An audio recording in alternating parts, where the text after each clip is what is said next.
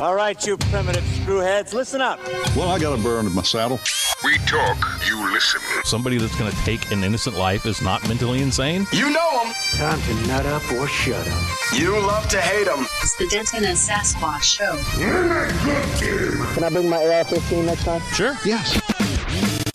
This place is half talk show, half weird daycare. I love it. You can't handle the truth.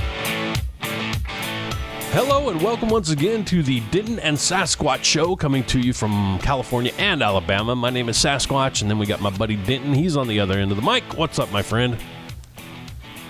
Only you.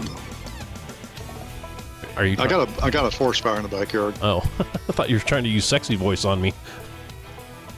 No, it's supposed to be Smokey the Bear. No, I'm burning bramble and crap in the backyard, and I thought, oh crap, run in here, do this.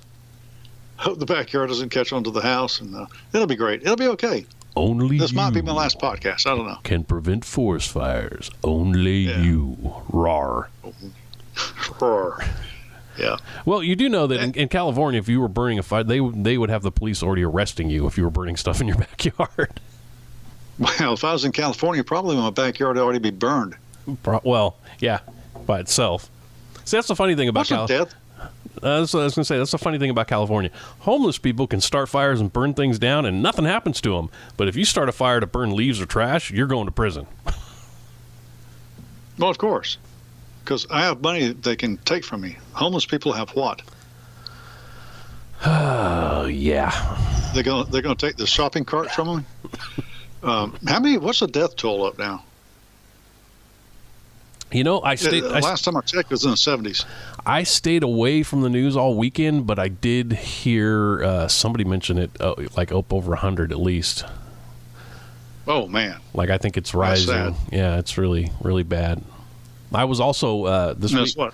I spent this weekend down in San Diego with Hot Nursey and with some friends of hers, and her friend's husband is a firefighter, and he told me that the internal emails that he's saying, he said, just don't believe everything you're reading in the news.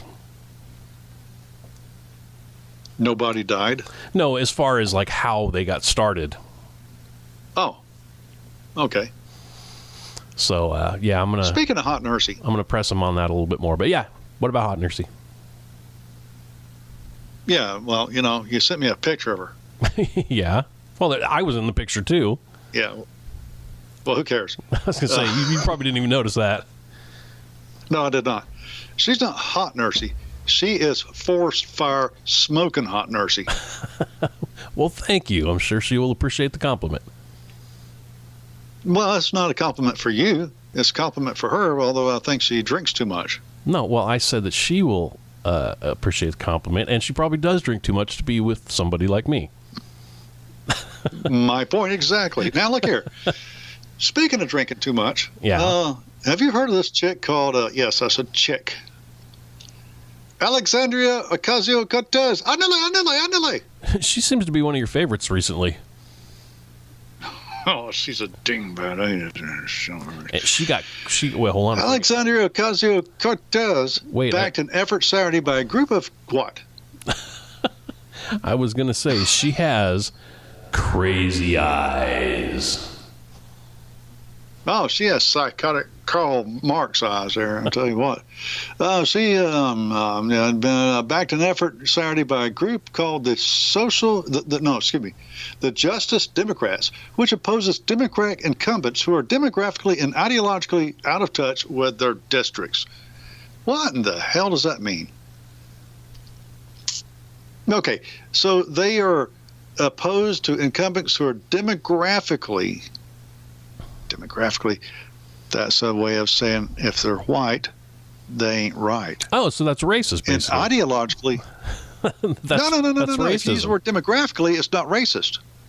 Well, no, but basically what they're saying is if you are in a district and you're a white guy or a white woman, and most of your district is, say, Hispanic, well, then we need you out of there. Yeah, well, sure. Or even if you're a white person in a predominantly white district, they got to get you out of there and replace it with somebody who is not white. It doesn't matter what the district looks like. Let's cut to the chase, okay? And ideologically, ideologically out of touch with their districts.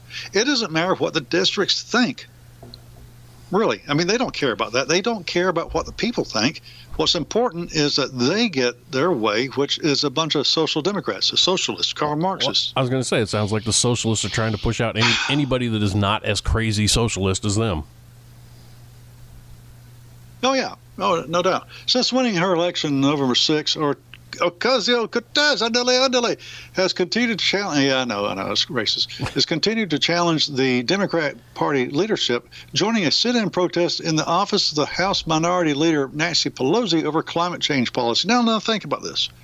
Here, Cortez can't even afford an apartment of her choosing, but she can afford to be there for a sit-in against Nancy Pelosi on climate change policy.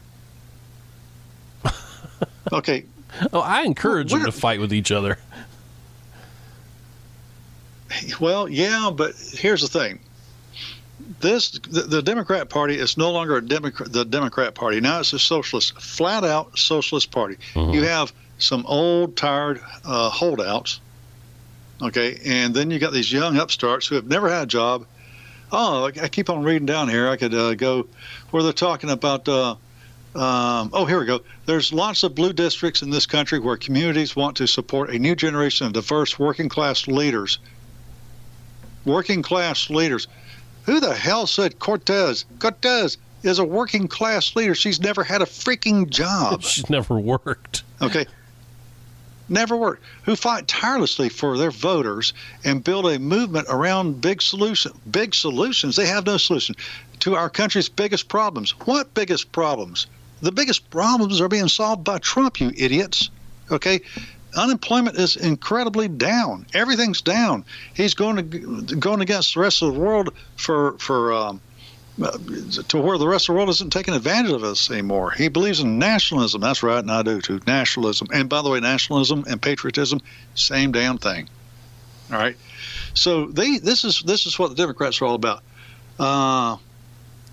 We're creating an alternative pathway to Congress for grassroots candidates to become leaders in the Democrat Party. They say nothing.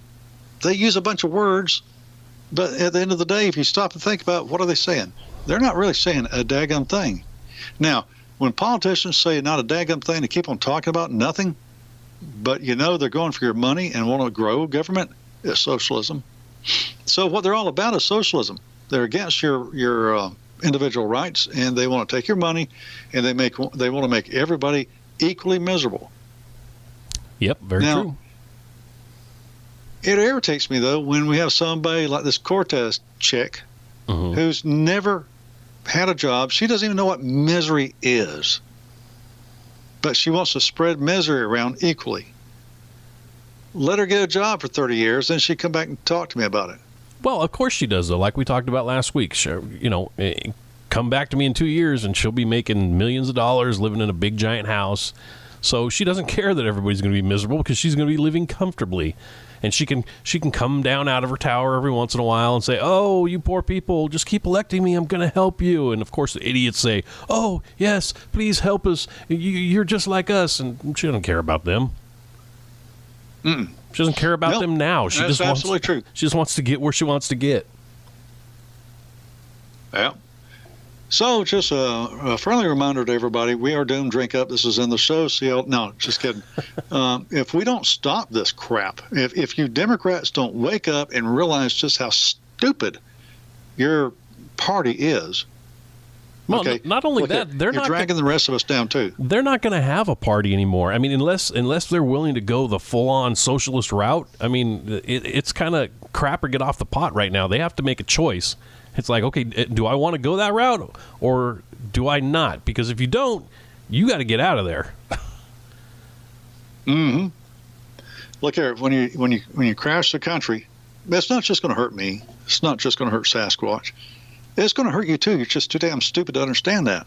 Okay? But when it happens, trust me, we're going to be there to make sure you feel more misery than us.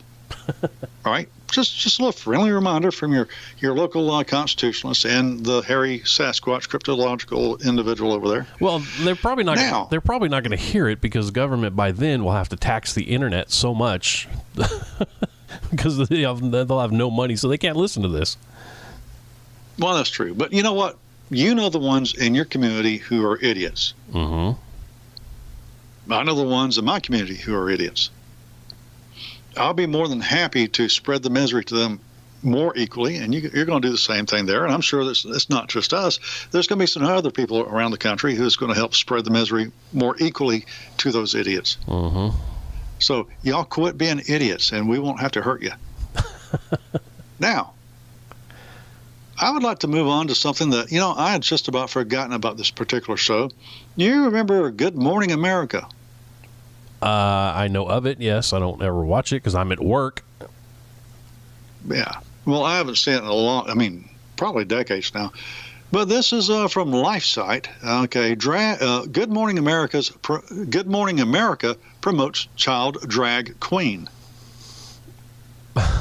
Now, when I was a kid, that would have been called child abuse. Mm-hmm. But here we go. This is November 16th, 2018. The sexualization and gender fluidity of children got one of its most mainstream boosts yet this month as Good Morning America devoted a segment to prepubescent drag artist Desmond Napoles, Napole, Napoles. I don't know. All right. That kid, known on stage as Desmond is Amazing, is a self-described androgynous drag queen who identifies as gay, although it's unclear if he understands the term's implications. He reportedly started displaying an interest in women's clothes at the age of 6. At the age of 6, a kid can show interest in mud. That doesn't mean he's a dirt dauber. Anyway, after which his parents say a therapist advised them to allow him to explore. He rose to prominence in 2014 when RuPaul and Jinx Monsoon, I don't know what the hell that is, featured him in a music video. Okay. Here, this is an 11-year-old boy who, how does this happen? Okay. Well, I'm guessing his parents encouraged it. His parents are idiots. Okay, his parents went to a therapist? Okay, if you don't know how to be a parent, never mind. I was going to say something about shotguns and starting shotguns, and that's just not nice. I realize that. Well, all right, you know Steven Crowder. You enjoy Steven Crowder on the YouTube, right? Yeah, changed my mind, yeah. Yeah, well, he did a piece a while back, and I don't know the name of it. If anybody wants to go look for it on YouTube, where he infiltrates one of these parties with parents that want their kids to be transsexual. And he has a hidden camera, and they're talking to psychologists saying, oh, yes, well, we can sway them this way and things like that. My mouth hit the floor watching this. And it's just, it's insane. Why in the world would these parents want their kids to be transsexual? Well, you know what? I mean, it's like most other things in the liberal circles these days. It's cool to be that way. So, I mean, they're using their kids as props, basically, or as wardrobe, I mean, there's some parents that do that. The only reason they care about their kids is just to prop them up. I mean, even the ones that stick them in those pageants and stuff do the same thing. I'm not even in favor of purse puppies. Okay, so... I'm damn sure not for this crap of, especially this perverse crap of screwing up a kid's life. This kid, who knows what he's going to be? Who knows what he will be? But what we do know what he's going to be is thoroughly screwed up. If you don't know what sex you are, you don't know what gender you are, and you enjoy dressing up as the other gender, oh my goodness. Well, I was about to say he's going to take a lot of ass whoopings in school. But nowadays, it's probably going to be a bunch of light in the loafer individuals in that school. I mean, that's... yeah, we're doomed. This country's gone. Forget about it. Stick a fork in it. The suicide rate among transsexuals or the transsexual community or whatever is off the charts compared to other groups of people. So, I mean, there's something going on there mentally. No, I'm telling you right now, I'm moving to Tijuana. Oh, you might like it down there. Well, why? Do you have some information for me? Do you enjoy chicle? That's gum. I don't know. It's gum. The little kids try to sell it to you when you go down there. Oh, well, okay. Chiclets. Yes, chiclets. Chiclets. Yeah, they'll stand there with a little box. Of course, while one's selling it to you, the one behind you is picking your pocket. But that's another story. No, I just, we talked about the caravan last week coming from Honduras. Now they're at the border. They're here at Tijuana. I guess they're at the Texas border as well. Well, I found these quotes about them. Tijuana Mayor Juan Manuel Gastelum has referred to the caravanners as bums and questioned whether a referendum in the city of 1.6 million is needed to determine whether or not they should be allowed to stay. One of the things he said last week was human rights should be reserved for righteous humans. What's this cat's name? This is Tijuana Mayor Juan Manuel Gastelum. Juan Manuel Gastelum Trump. Also this is from Market Watch, close to 300 protesters gathered a few blocks from Benito Juarez migrant shelter on Sunday, waving Mexican flags and shouting, "No more caravans, our poor come first." So, wow. They're constantly telling us... That's what we ought to be saying. I know, but the liberals here are constantly telling us that we should be tolerant of the illegals, but the same illegals that come from Tijuana are not being very tolerant of the ones that came into their city from Honduras. Well, they got enough sense to know there's only so much resources to go around, and their own people come first. Well, that's exactly what they're saying. We need to adopt that policy. Well, I think that's been our policy, but it's sort of been pushed to the side last, 20 years. Mm-hmm. Well, it's been longer than that. I mean, if you recall, Ronald Reagan was the first one who did the amnesty thing. He was duped into doing the amnesty thing with the promise that there would be a wall and that kind of stuff, which never materialized. But we did get a big influx of people from other countries. They were called illegals back then. You could call them illegals, but they were given amnesty. Oh, I still call them illegals. And so they're all made up. Yeah, well, you do, because you're politically incorrect. You horrible, horrible person. And so now they're wanting to do it again, of course. Let's just give everybody amnesty that's here now, and then we'll build a wall. No, we're not stupid. Build the wall first, then we'll talk about amnesty, which we're not going to give you. We're just going to lie to you like you've lied to us all these decades. Makes sense to me. Let me be tyrant, just for 2 years. Well, you said that some people enjoy hearing about California, so I figured we'd go to the California desk this week. Oh, good. As of yesterday, California is now a sanctuary state. The Los Angeles Times asking how a place with 58,000 homeless people can continue to function. The Golden State has the worst quality of life in the nation. Another illegal immigrant bragging about how he killed 2 Sacramento cops in front of a packed courtroom and calling them cowards. It could also take a toll on the housing market here in California. We take you now to the California desk. Here's Denton and Sasquatch. I wish they all could be California. This is a good one. California Congressman with 2020 presidential aspirations, Eric Swalwell, has confirmed he favored confiscating guns and even had a nuclear take on what the government would do if it faced resistance. In an op-ed published Thursday in USA Today, Swalwell proposed a $15 billion buyback program for assault weapons, as well as criminal prosecution of anyone who chooses to keep their guns. Okay, well, first off, let me be on record as saying that for $15 billion, he can have all my guns in my safe. And then I'm moving out. Yeah, buy your own island. Yes, but I'm not thinking that's a cost effective. $15 billion for a gun. Yeah, I'm thinking he's not thinking $15 billion per person. I'm thinking he's thinking $15 billion for all of them. Which I don't know. What do we have? 393 million guns in this country. No. Well, anyway, so for $15 billion, yes, but no, won't happen. He made that stupid comment in USA Today, and let's see this guy's name, Joe Biggs. He's a veteran, airborne veteran, and a gun pundit. He tweeted, so basically, Swalwell wants a war because that's what you would get. And Swalwell tweeted back, because in today's world, you always have to tweet each other. He said, and it would be a short war, my friend. The government has nukes. Too many of them, but they're legit, wrote the congressman. Yeah. Joe Biggs. Joe Biggs got to start with Alex Jones. Mm-hmm. And when he was on the Jones show, they called him Sergeant Joe Biggs, which just irked the crap at me. That's like calling me Sergeant Denton. Okay, I'm not in the military anymore. I don't have a rank. Okay, so this cat calling himself Sergeant Joe Biggs just irked me to begin with. First off. Second off, he's a big blowhard. Third off, like his former boss, Alex Jones. But I understand. Other than that, don't get me wrong, Joe Biggs seems like a good American. I just don't like him. Immaterial.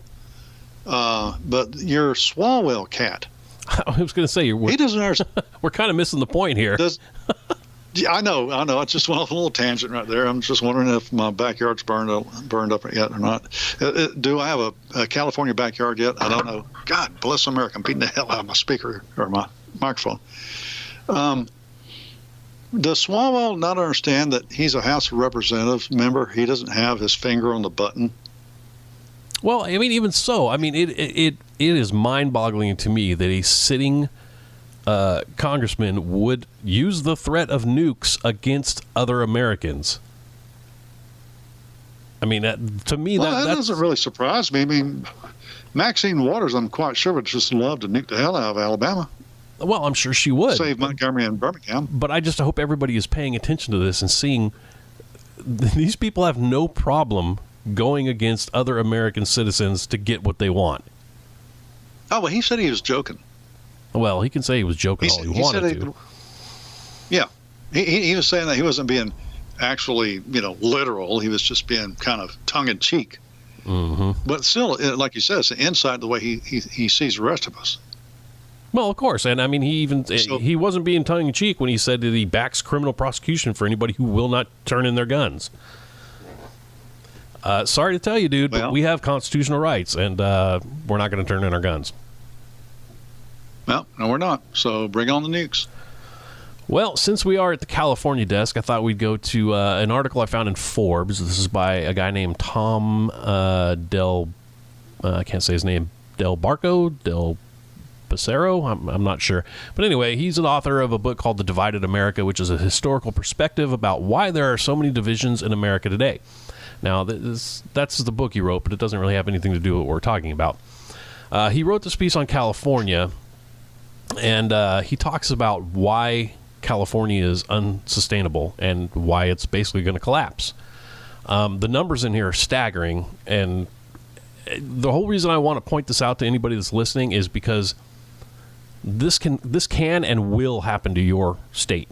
I mean, the people are leaving here in droves. They've ruined this state, so now they're leaving and going to Idaho, Montana, Arizona, and they're taking with them the same mindset that ruined this state. So people are going to now, if you remember, prepperforms.net, somebody put up the top 10 states people are going to. Mm-hmm. And number 10 is Alabama. Yeah. Governor Ivey, build that wall. Yeah, states are going to have to start building walls around their own borders. That's crazy. But we'll go through this, and we'll talk about it. It's a little bit long, but I think it's very interesting. Like I said, this is in Forbes magazine, Forbes.com. California is a place unlike any other on the globe. It boasts perhaps the greatest natural resources of any state, along with shining high-tech industries. However, like many good economic stories, government policies threaten its future. Indeed, its government has made California unsustainable. Of course, it wasn't always that way. As the 1960s came to a close in California, it had a population of nearly 20 million. In the decade before, its economic strength afforded the construction of a vast state water project and a higher education system that was the envy of the world, which now I think we're ranked about 48th. So let's see, 60, 70, 80, 90, 2000. In about 50 years, we've gone down to basically nothing in education.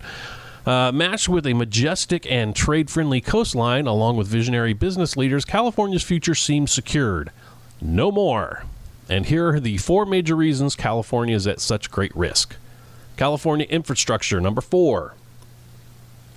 The vast state water project was designed for a population not much greater than 25 million. Today, on any one day, California verges on nearly 40 million people within its borders and is projected to reach 50 million, if not higher. In the last 50 years, however, California's infrastructure needs have been ignored.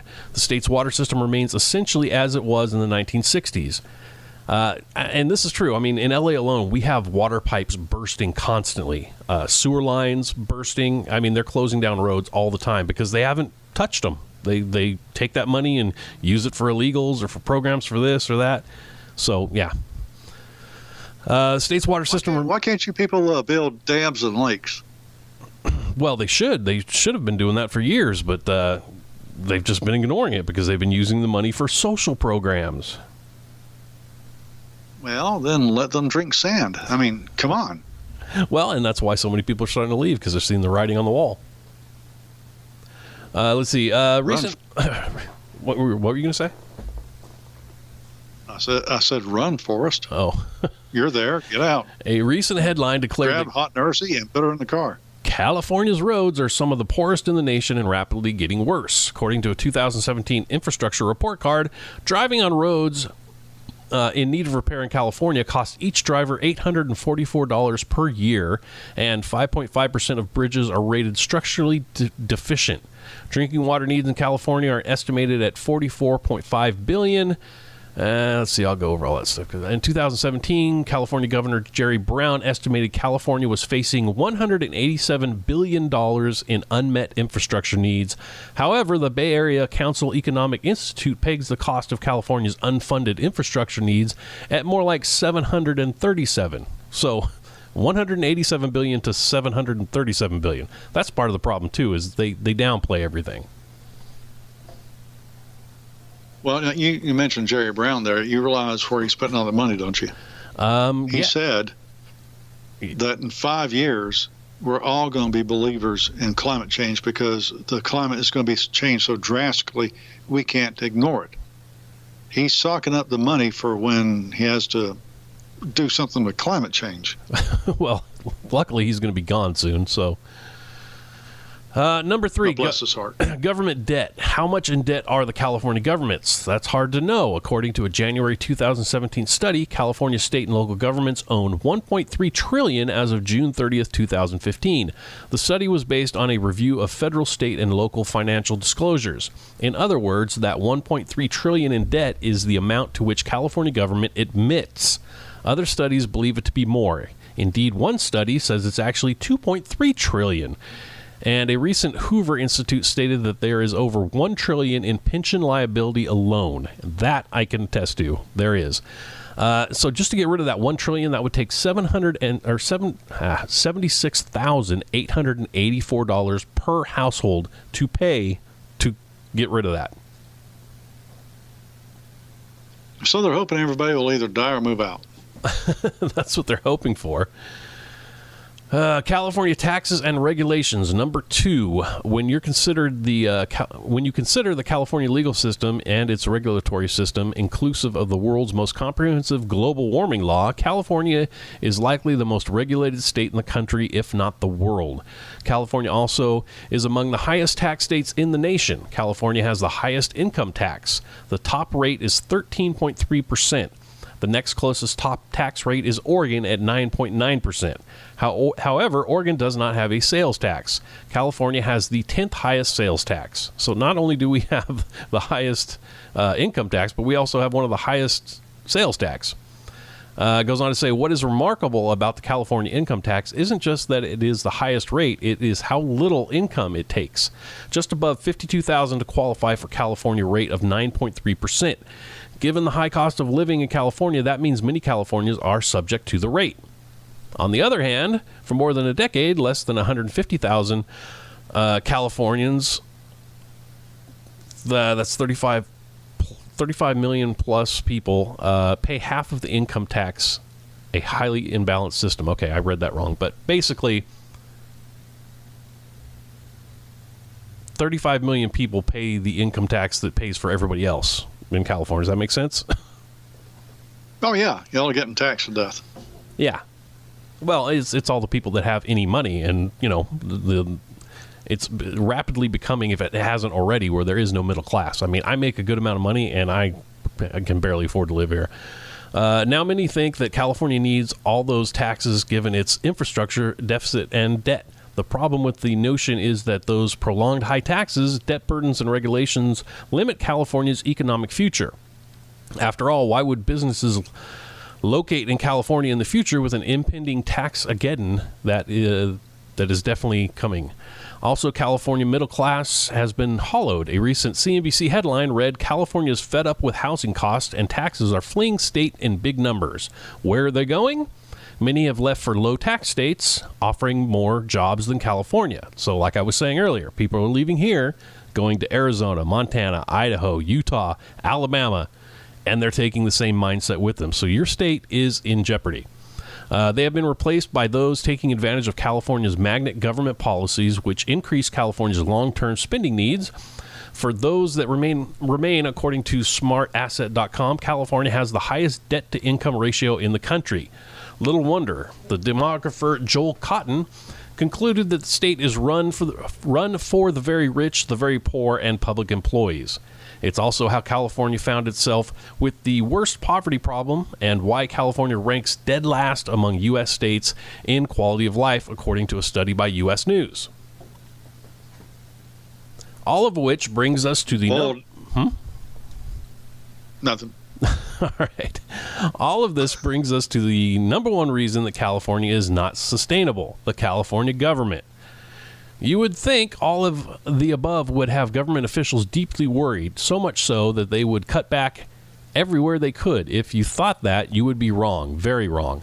California spends nearly $2 billion a year on budget, and even more off budget in the form of programs paid with bonds, which are debt financing, as the pension debt of nearly $200 billion in the most recent budget, less than Wait, let me read that again.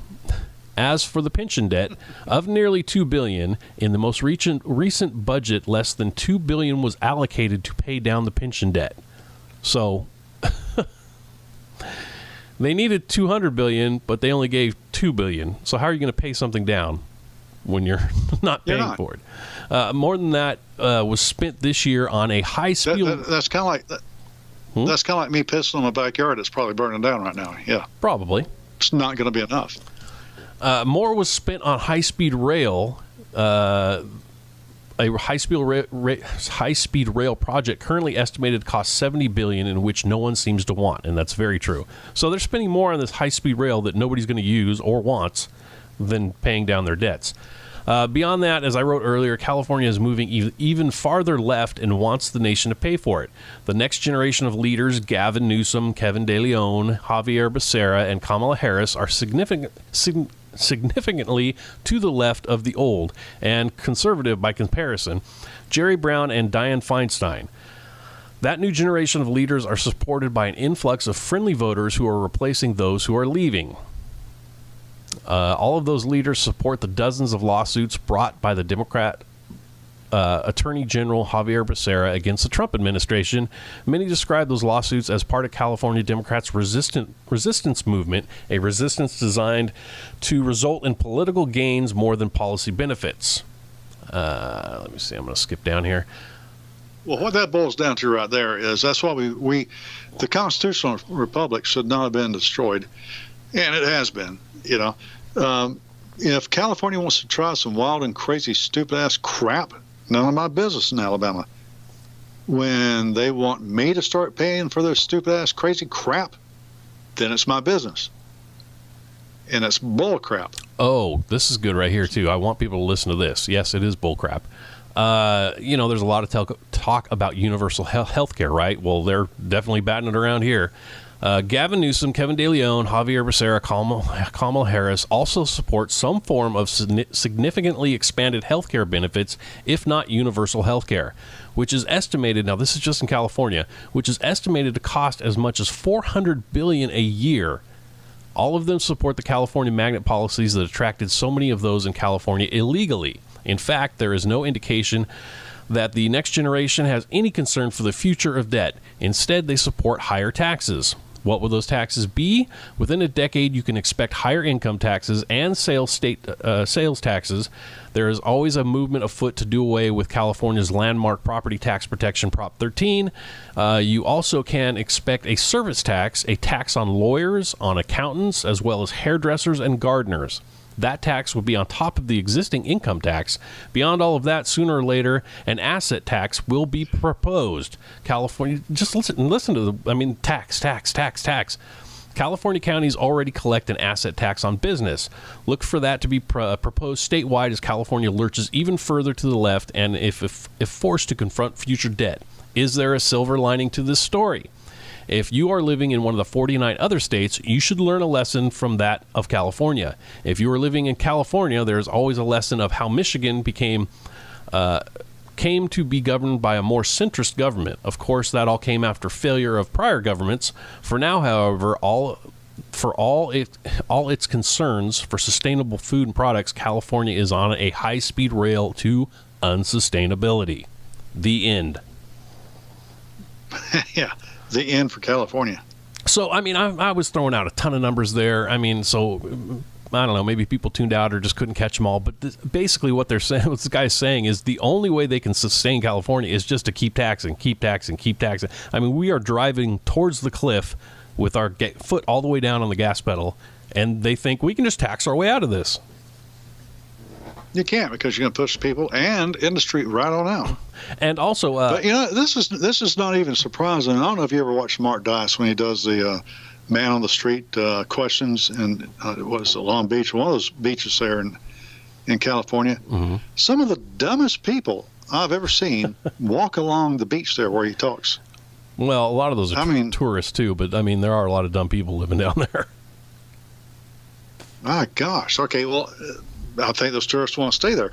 It's insane how people just have no clue about a damn thing about how a country's run, how states run, how money is run, or anything. Yeah, well, and one of the things, just this weekend, I was down in San Diego for the weekend. Every restaurant we went into, at the bottom of the menu, it said, we will be charging you a 3% asset tax to help, I'm trying to think how it's worded it, to help increasing, I didn't say taxes, but increasing costs. So basically, the government is taxing those businesses so hard that they have to, just right out of the bat, before you even order anything, add 3% to your bill. That doesn't.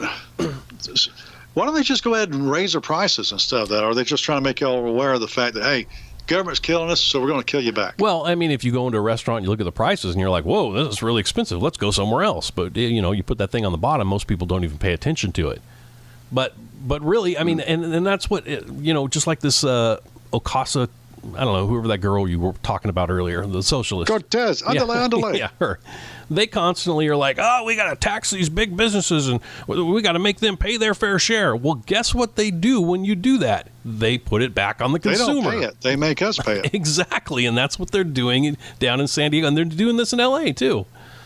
Well, you know what it boils down to? You know what? I know you live in California, and how much worse can it get than where you're living? As a once beautiful state, it still is a beautiful state. Who are we kidding?